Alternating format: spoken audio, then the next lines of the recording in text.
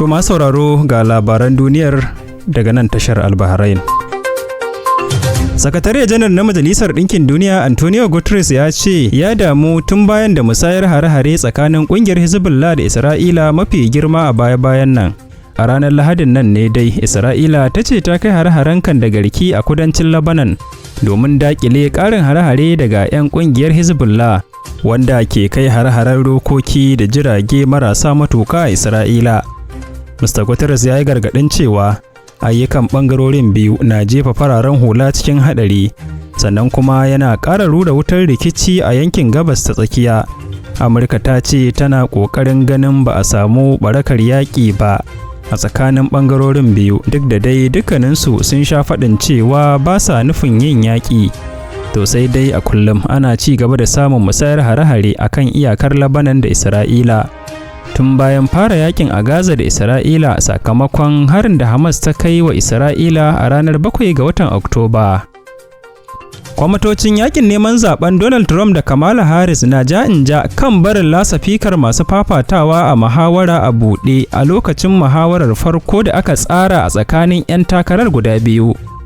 Magoya bayan Harris sun ce suna son a bar lasafikokin mutane biyu a buɗe a tsawon lokacin da ake gudanar da muhawarar, kamar yadda gidan talabijin na CBS ya rawaito.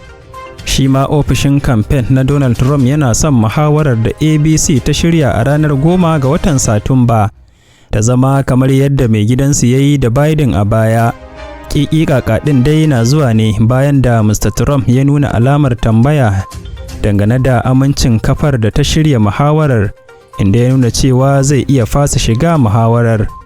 To kuna shan labaran duniyar ne daga nan tashar Al-Bahrain.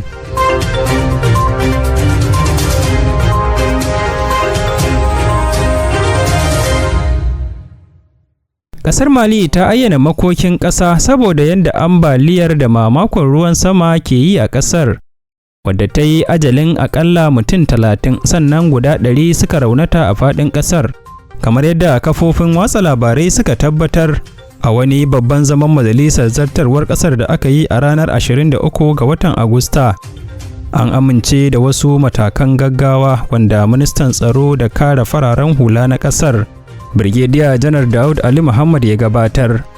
Zaman ya kuma amince da buƙatar da ke akwai na fara gangamin wayar da kan mutane a faɗin ƙasar kan ambaliya da haramta bayar da fulotai a yankunan da suke fuskantar ambaliyar, tare da share hanyoyin ruwa da kwatoci, tare da nemowa da cire gine-ginen da aka yi a hanyoyin ruwan. Kusan mutum 47,000 ne ambaliyar ta shafa a faɗin ƙasar.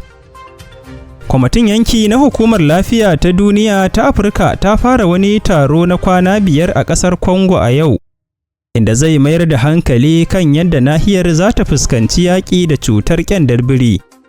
A halin yanzu dai kusan mutum 19,000 ne suka kamu da cutar a ƙididdigar da aka fitar a makon jiya.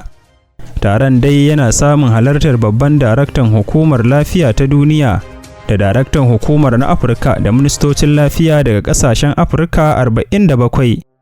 Ajandar taron ta haɗa da tattaunawa kan shirye-shiryen gaggawa na kiwon lafiya kan cutar da kuma kuɗaɗe da tallafi ga ƙasashen Afirka.